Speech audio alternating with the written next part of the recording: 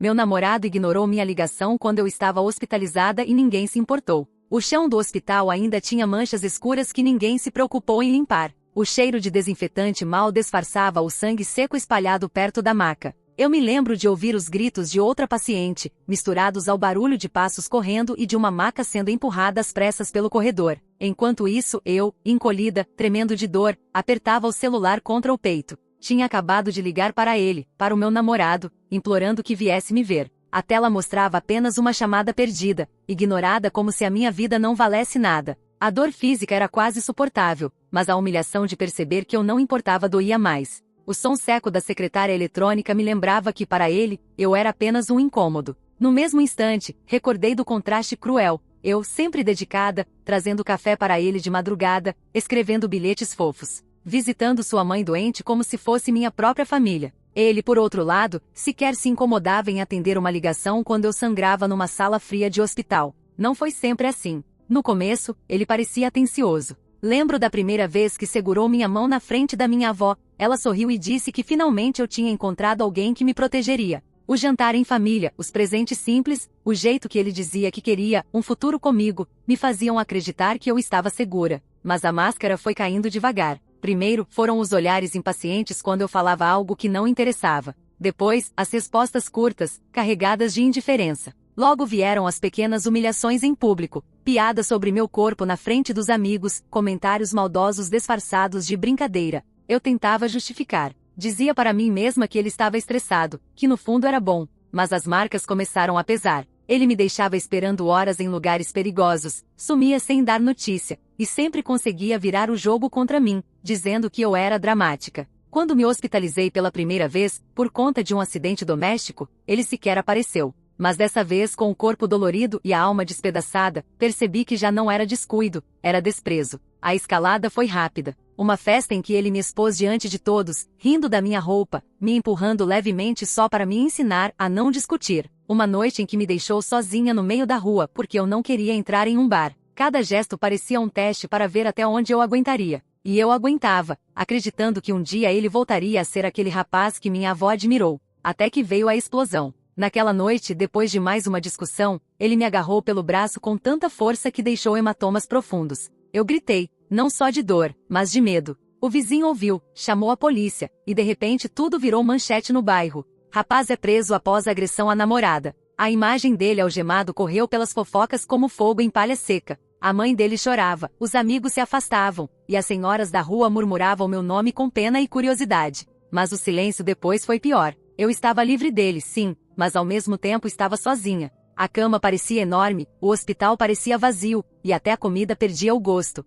Minha família tentava me animar, mas eu sabia que todos guardavam uma raiva contida, como se não quisessem admitir que já haviam desconfiado dele desde o início. Então, veio a revelação. Vasculhando papéis antigos, descobri que ele já tinha histórico de violência. Uma ex-namorada havia feito denúncia contra ele anos atrás, mas retirou por medo. O mal sempre esteve ali, escondido sob a pele, e eu fui apenas mais uma vítima na lista. Mesmo preso, ele encontrou uma forma de voltar. Primeiro, bilhetes deixados com conhecidos. Desculpa, eu mudei. Depois, mensagens anônimas nas redes sociais, perfis falsos que claramente eram dele. As cartas chegavam sem remetente, escritas com aquela caligrafia apressada que eu conhecia bem. No início, eram pedidos de perdão. Depois, declarações de amor, e por fim, promessas de nunca mais repetir. Eu ignorei, até que uma tarde, recebi uma carta diferente. Dentro havia apenas uma linha. Doei o que restava da minha poupança para a operação do seu primo. Era verdade. Descobri que o dinheiro que faltava para a cirurgia tinha vindo dele, em silêncio, sem alarde.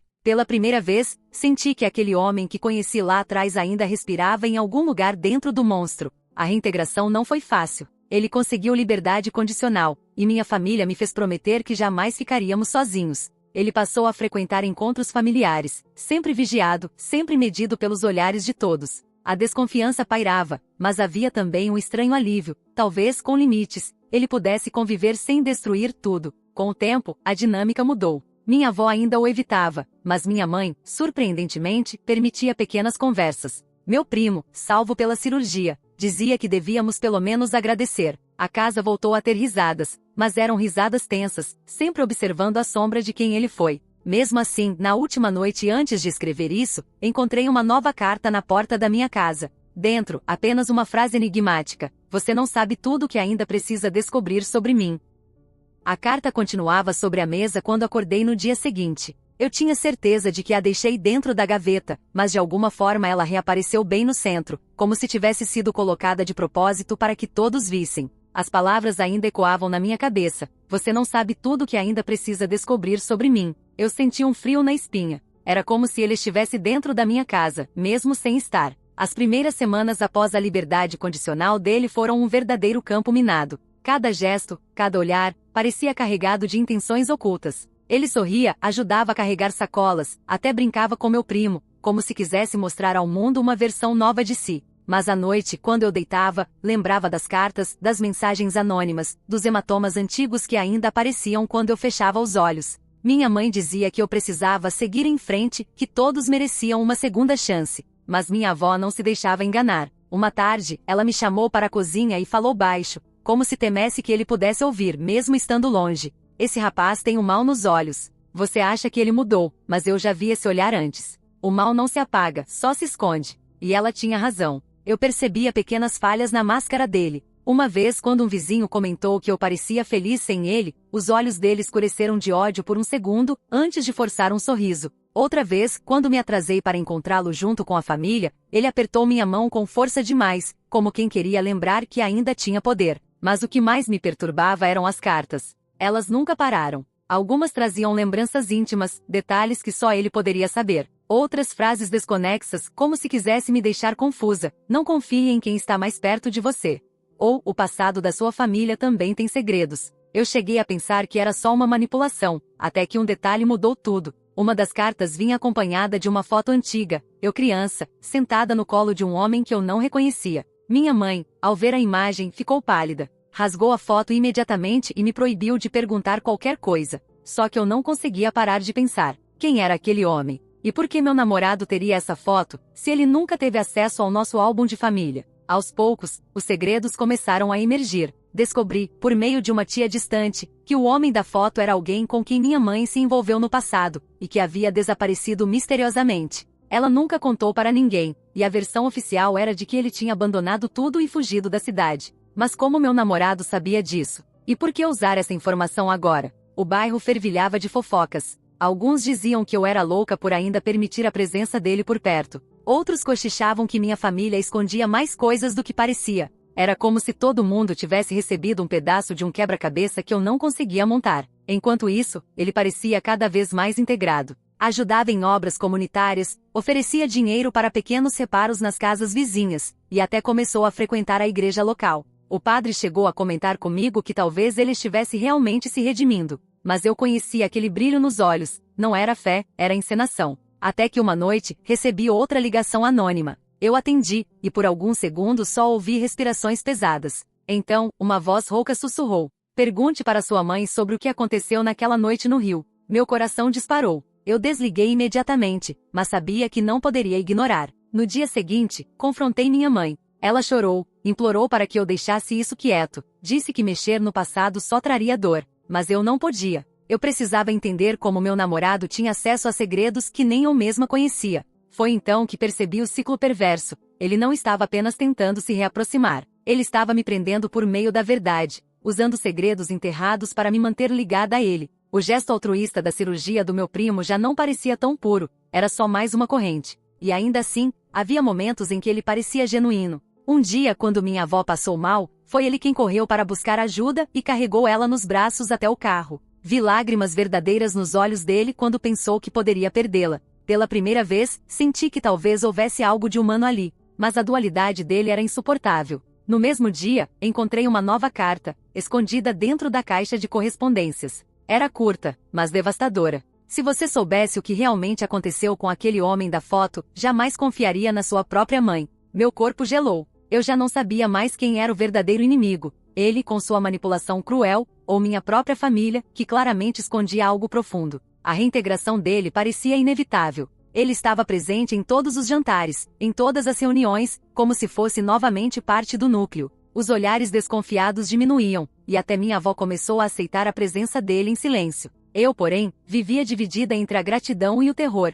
Na última semana, a situação atingiu um novo nível. Ele deixou outra carta, mas dessa vez não estava sozinha. Junto havia uma chave enferrujada e uma mensagem. Essa chave abre o que sua família nunca quis que você visse. Você está pronta para descobrir? Eu segurei a chave nas mãos por horas, sentindo o peso não do ferro, mas do destino que ela carregava. Sabia que se usasse, talvez encontrasse respostas que mudariam tudo, mas também sabia que uma vez aberta a porta, não haveria como voltar. Naquela noite, antes de dormir, ouvi passos do lado de fora da minha janela. Quando olhei, não vi ninguém, mas havia uma sombra projetada na parede do quintal. Ele estava ali observando. Não como um homem arrependido, mas como alguém que ainda tinha o controle do jogo.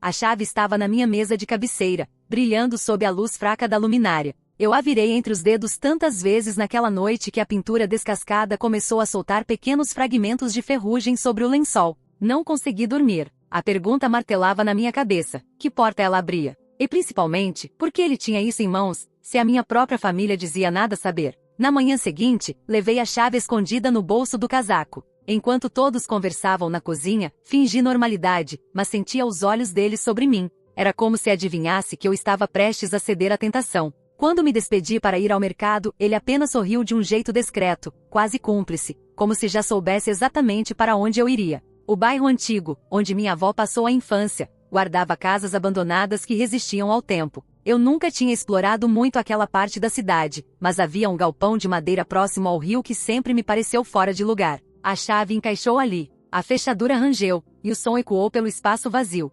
Dentro, o cheiro de mofo me sufocou. O chão estava coberto de caixas e papéis amarelados. Vasculhei devagar com o coração acelerado até encontrar um baú pesado, trancado por outro cadeado enferrujado. A chave funcionou. Abri com mãos trêmulas, e dentro estavam pastas antigas, recortes de jornal e fotos espalhadas. O primeiro impacto foi ver novamente aquele homem da foto, o mesmo que aparecia comigo criança no colo. Só que agora havia manchetes. Corpo desaparece misteriosamente às margens do rio. Outro recorte dizia: morador é suspeito de briga violenta, mas caso nunca foi solucionado. Minha mãe estava nas fotos, mais jovem, segurando minha mão. A última notícia mencionava que o caso havia sido arquivado por falta de provas. Meu estômago embrulhou. Minha mãe tinha mentido. Aquele homem não fugiu, ele morreu, e alguém fez questão de enterrar a história. Mas o pior foi o que encontrei no fundo do baú, uma carta nunca enviada, escrita pela minha avó. A caligrafia dela denunciava. Dizia: não podemos deixar que a verdade apareça. Foi acidente, mas ninguém entenderia. Melhor esconder o corpo e proteger a família. Eu larguei o papel, tremendo. Minha avó, aquela que sempre me alertou contra ele, que falava do mal nos olhos dele, também escondia algo horrível. E de repente, tudo fez sentido. O motivo pelo qual minha mãe chorava e mudava de assunto, a razão pela qual ninguém falava daquele homem. Eles estavam todos envolvidos. Saí correndo do galpão, e quando voltei para casa, ele estava sentado na varanda. O sorriso dele era quase triunfante. Então, já sabe da sua família? Perguntou com calma, como se tivéssemos acabado de discutir o clima. Eu não respondi. Mas ele sabia. Nos dias seguintes, passei a notar que ele usava essa informação como arma invisível. Nunca ameaçava diretamente, mas deixava escapar frases enigmáticas. Estranho como alguns segredos podiam ter destruído sua mãe, né? Ainda bem que você me tem, eu sou o único que conhece a verdade e não vai te julgar. Era um jogo perverso. Ele não precisava mais me prender com violência, agora me controlava com conhecimento.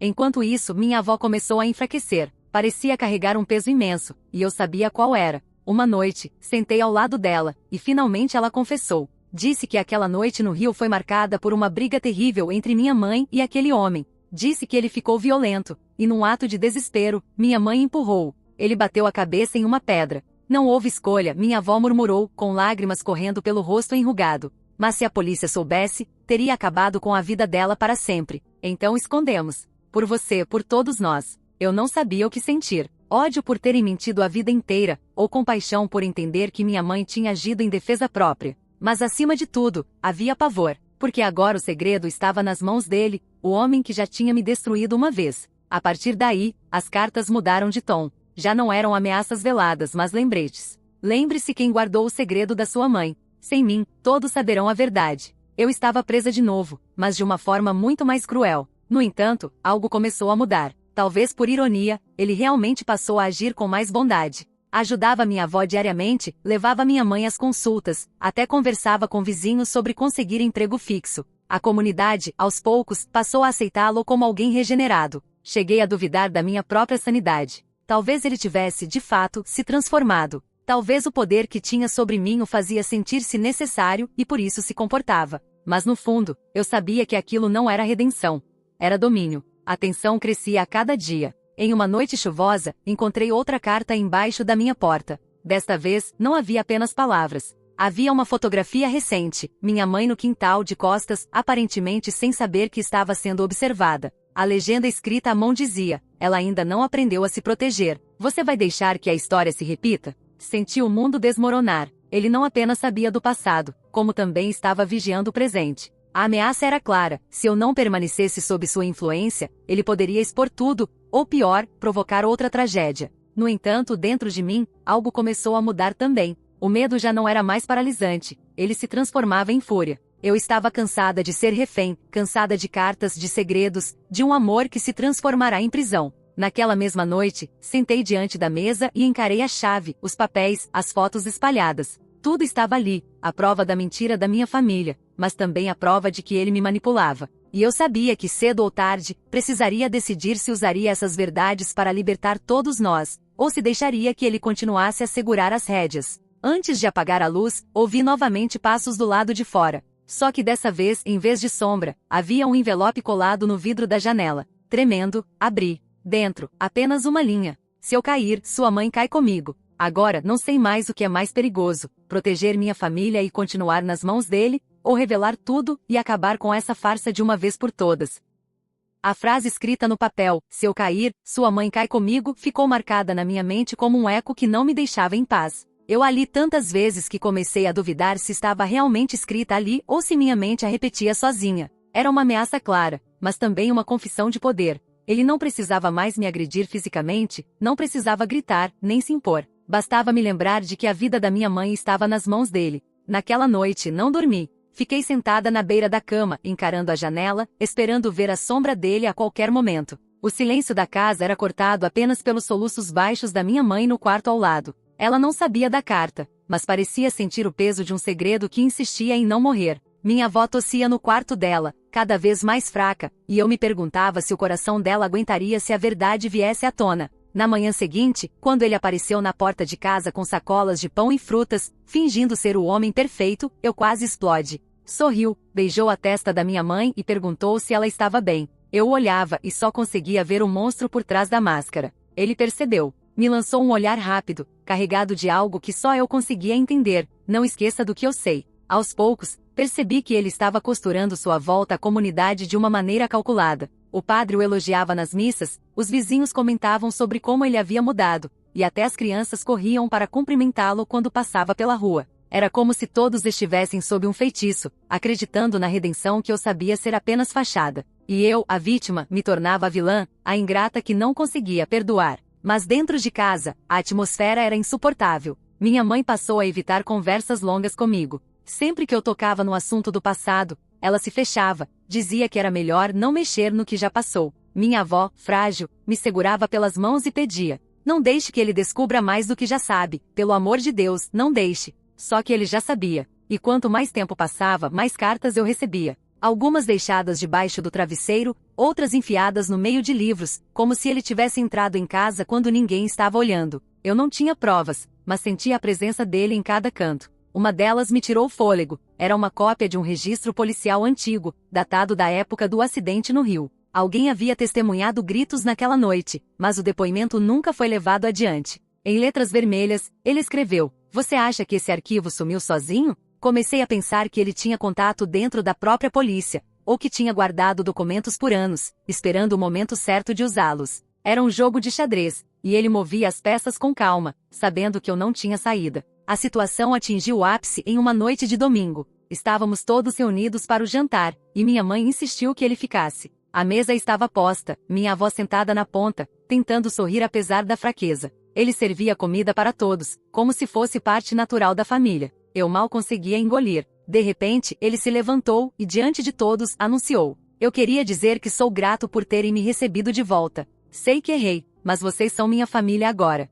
Prometo proteger cada um daqui. O tom parecia sincero, mas a palavra proteger me soou como uma ameaça velada. Eu olhei para minha mãe, que sorriu em agradecimento, como se acreditasse em cada sílaba. Minha avó baixou os olhos, evitando encarar. E eu quase gritei ali mesmo. Mas me contive. Naquela noite, quando todos foram dormir, encontrei outra carta na soleira da porta do meu quarto. Era diferente. Não tinha ameaças diretas. Apenas dizia: eu não escolhi ser assim. O que você não sabe é que sua família e a minha têm mais em comum do que imagina. O coração disparou. O que ele queria dizer com isso? Que sua família também escondia crimes. Que havia alguma ligação antiga entre nossos destinos. Passei os dias seguintes obcecada em procurar pistas. Revi documentos antigos, perguntei para parentes distantes, mas todos fugiam das minhas perguntas. Até que uma tia-avó meio relutante deixou escapar. Esse rapaz, ele é filho de alguém que esteve muito próximo da sua mãe muitos anos atrás. Foi como levar um soco no estômago.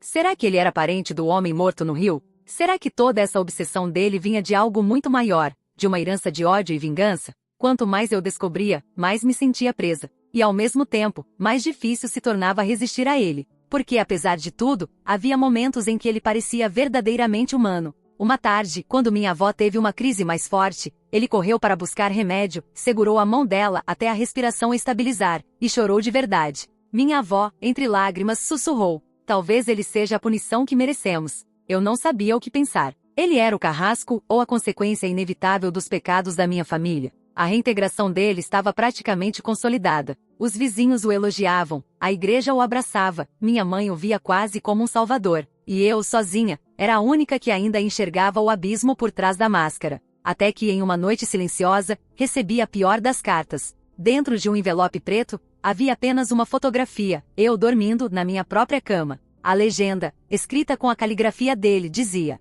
você não tem ideia de como é fácil para mim estar onde quiser, quando quiser. Meu corpo inteiro gelou. A carta não era apenas uma ameaça, era a prova de que ele já tinha atravessado todas as barreiras. A minha casa não era mais um refúgio. A minha cama não era mais um lugar seguro. Agora, não sei o que é mais assustador: os segredos que minha família escondeu, ou o fato de que ele, mesmo sob nossos olhos, já controla cada aspecto da minha vida.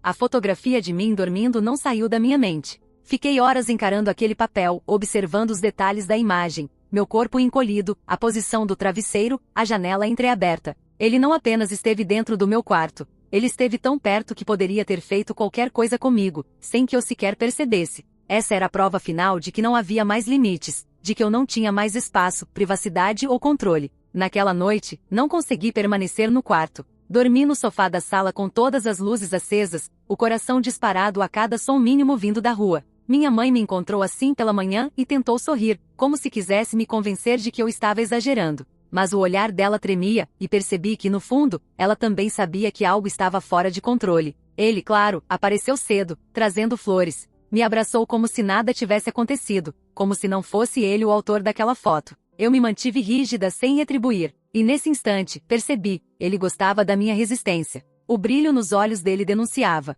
O poder que tinha sobre mim se alimentava da minha dor, da minha incapacidade de enfrentá-lo. A comunidade, cega, continuava a elevá-lo. O padre o chamava para ajudar nas celebrações, os vizinhos pediam conselhos, até crianças batiam palmas quando ele chegava com doces. Eu via tudo aquilo como uma peça de teatro, mas ninguém mais parecia notar. Eu era a única discordante, a voz dissonante que para todos soava como paranoia. O mais difícil era lidar com minha família. Minha mãe, cada vez mais frágil, se apoiava nele em silêncio, como se tivesse transferido a ele a confiança que não tinha mais em mim. Minha avó, doente, aceitava a presença dele com resignação, murmurando apenas frases curtas, como se tivesse desistido de lutar. E então veio outra revelação. Entre as cartas que continuavam a surgir misteriosamente, uma delas trazia algo diferente, uma certidão de nascimento. No início, achei que fosse um documento qualquer, até ver o nome do pai registrado. Era o mesmo homem que aparecia comigo na foto de criança, o homem morto no rio. E no campo mãe não estava o nome da minha mãe,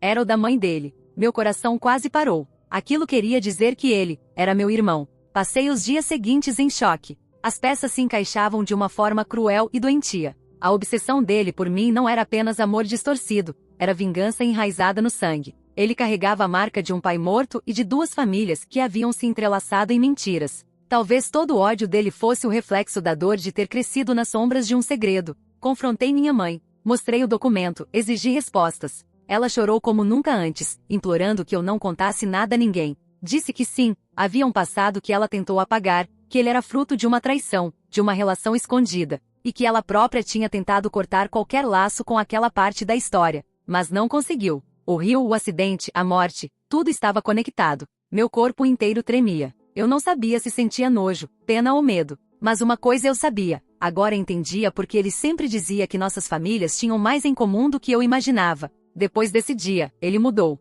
Não tentava mais esconder que tinha domínio sobre mim. Durante os encontros familiares, me lançava olhares diretos, como se lembrasse a cada segundo que agora eu sabia a verdade. Nos corredores da casa, às vezes sussurrava apenas uma palavra. Irmã. A palavra me causava enjoo. Eu evitava ficar sozinha com ele, mas isso se tornava impossível, porque ele estava sempre por perto. Quando saíamos, era ele quem me acompanhava. Quando eu voltava para casa, era ele quem carregava as sacolas. Os vizinhos achavam bonito, como se fosse um gesto de cuidado. Mas para mim, era vigilância. As cartas não pararam, mas mudaram de tom mais uma vez. Agora eram quase confissões, relatos de infância dele, lembranças dolorosas de abandono, violência e fome. Eu lia, e em alguns momentos quase sentia compaixão. Ele descrevia a solidão de crescer sem pai, a revolta de ver minha família vivendo melhor enquanto ele era rejeitado, a raiva de ser o bastardo esquecido. E em meio a tudo isso, ele começou a demonstrar gestos estranhamente altruístas. Pagava contas atrasadas da vizinhança, comprava remédios para idosos, levava comida para famílias pobres. As pessoas o viam como um herói. Eu, no entanto, via outra coisa. Ele estava construindo um império de gratidão, cercando-me de aliados que jamais acreditariam em mim. Mas mesmo diante de toda essa manipulação, houve um momento que me balançou. Minha avó, em uma de suas últimas crises, ficou entre a vida e a morte. Foi ele quem passou a noite inteira ao lado dela, segurando sua mão, rezando baixinho. Eu acordei de madrugada e o vi chorando de verdade, lágrimas que não eram encenação. Naquele instante, por um segundo, duvidei de tudo o que pensava dele. Na manhã seguinte, encontrei outra carta no meu quarto. Não escolhi ser seu inimigo. Mas se não posso ser parte da sua vida como quero, serei parte dela pelo medo. Porque de um jeito ou de outro, nós somos a mesma família. Eu não sabia mais distinguir onde terminava a ameaça e onde começava o pedido desesperado de alguém quebrado pelo passado. Mas uma certeza me corroía, eu não estava segura. A fotografia de mim dormindo voltou para minha mente. Se ele já esteve dentro do meu quarto, nada o impediria de voltar. Nada o impediria de transformar aquela ameaça em algo irreversível. A chave do galpão, a fotografia, as cartas, tudo parecia conspirar contra mim. Cada detalhe da vida dele, cada gesto calculado, tinha o poder de me paralisar. Eu me perguntava se sobreviveria a mais uma noite em casa, se conseguiria abrir os olhos sem sentir que estava sendo observada. Minha própria cama havia se tornado uma armadilha, meu refúgio, uma cela. Naquela manhã, decidi que precisava agir. Peguei a fotografia, as cartas e os documentos antigos e fui até a delegacia. Expliquei tudo, desde as ameaças às cartas, a invasão do meu quarto, até a ligação anônima mencionando minha mãe. A policial que me atendeu franziu a testa. Isso é sério, disse. Mas precisamos de provas físicas, datas, lugares. Mostrei cada envelope, cada papel, cada fotografia. Ela concordou em registrar o boletim de ocorrência e enviar uma equipe para investigar. Pela primeira vez em semanas, senti um fio de esperança. Mas quando voltei para casa, ele estava ali, sentado na varanda, como se nada tivesse acontecido. Eu sei onde você esteve, disse, sem levantar a voz, apenas olhando nos meus olhos. E sei que não gostou da ideia. Mas precisa entender algo. Eu nunca poderia deixar que ninguém destruísse a família que ainda tenho. Eu não podia mais sentir medo do medo. Respirei fundo e respondi com firmeza. Família? Você não sabe o que significa essa palavra. Ele sorriu. Um sorriso que misturava ternura e perigo. Aprenderemos juntos. Nos dias seguintes, a tensão atingiu seu auge. A polícia começou a investigar discretamente, mas ele parecia sempre um passo à frente, antecipando cada movimento. Eu me sentia como uma marionete, cada fio puxado por alguém que conhecia todas as minhas fraquezas. Foi então que a verdade finalmente explodiu, em meio ao caos de uma tarde quente. Minha mãe, em um acesso de medo e exaustão, desmoronou em lágrimas e revelou tudo. Ele não era apenas meu irmão por acidente do destino. Havia uma rede de mentiras envolvendo minha família e a dele, um segredo antigo sobre heranças e disputas que remontavam décadas. Ele sabia, e planejava usar tudo para controlar não apenas minha vida, mas a de todos que amava. Eu fiquei sem chão. A revelação trouxe um misto de choque, raiva e uma sensação de traição profunda. Tudo fazia sentido. Os gestos altruístas calculados, as cartas, a invasão do meu quarto, a presença constante. Ele não queria redenção. Queria poder. E eu, inconscientemente, ainda sentia algum resquício de vínculo com ele, a confusão emocional de quem ama e teme ao mesmo tempo. Naquela noite, finalmente decidi agir. Tranquei todas as portas, janelas e cofres possíveis, coloquei câmeras discretas, combinei com a polícia um plano de vigilância para capturar qualquer movimento suspeito. Eu sabia que a hora da verdade tinha chegado. Ele apareceu novamente à noite, dessa vez sem avisar, mas não como um invasor. Veio como alguém que acreditava ser intocável. A polícia, escondida em lugares estratégicos, registrou cada passo. Ele percebeu tarde demais que não estava mais sozinho. Quando viu os oficiais entrando, seu olhar mudou, de confiança absoluta para um ódio desesperado, puro e violento. Durante a prisão, ele não disse uma palavra, mas cada gesto seu parecia carregar a raiva de todos os anos de manipulação. As cartas, os bilhetes, a vigilância constante, tudo estava terminado. Mas, antes de ser levado, ele se aproximou de mim, apenas por alguns segundos, e sussurrou: "Um dia você vai me entender." Na manhã seguinte, a cidade acordou com a notícia. O homem que aterrorizou não apenas a mim, mas toda a minha família, finalmente estava preso. As fofocas correram pelo bairro, e alguns vizinhos vieram se desculpar por não terem percebido antes. Minha mãe e minha avó choraram, abraçadas, aliviadas e exaustas, finalmente sem a sombra constante deles sobre nós. Ainda assim, a calmaria tinha um gosto amargo. A casa parecia silenciosa demais, o ar pesado. Cada cômodo carregava memórias de medo, de manipulação e de traição. Eu me sentia livre, mas não inteira. Havia um vazio estranho, um silêncio inquietante que lembrava que algumas cicatrizes nunca desaparecem. As cartas pararam, mas algo em mim dizia que aquela história não estava completamente encerrada. O olhar dele, mesmo atrás das grades, parecia atravessar paredes. E a última frase que sussurrou ecoava em minha mente: "Um dia você vai me entender." Minha família começou a se reorganizar.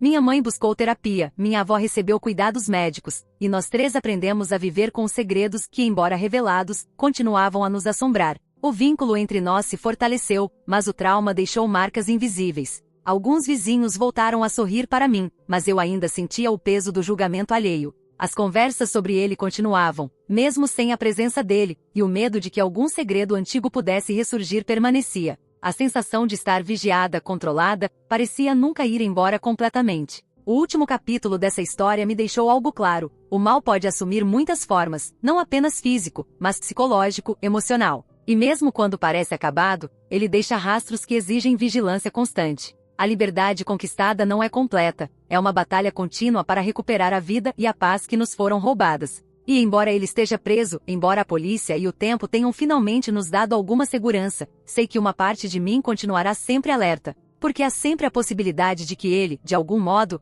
ainda encontre uma forma de voltar. Mas por enquanto, posso apenas respirar e tentar reconstruir minha casa, minha família e, acima de tudo, minha própria mente. E agora, só me resta uma pergunta: será que algum dia poderei realmente me sentir segura, sabendo tudo o que ele sabia e ainda assim ter paz?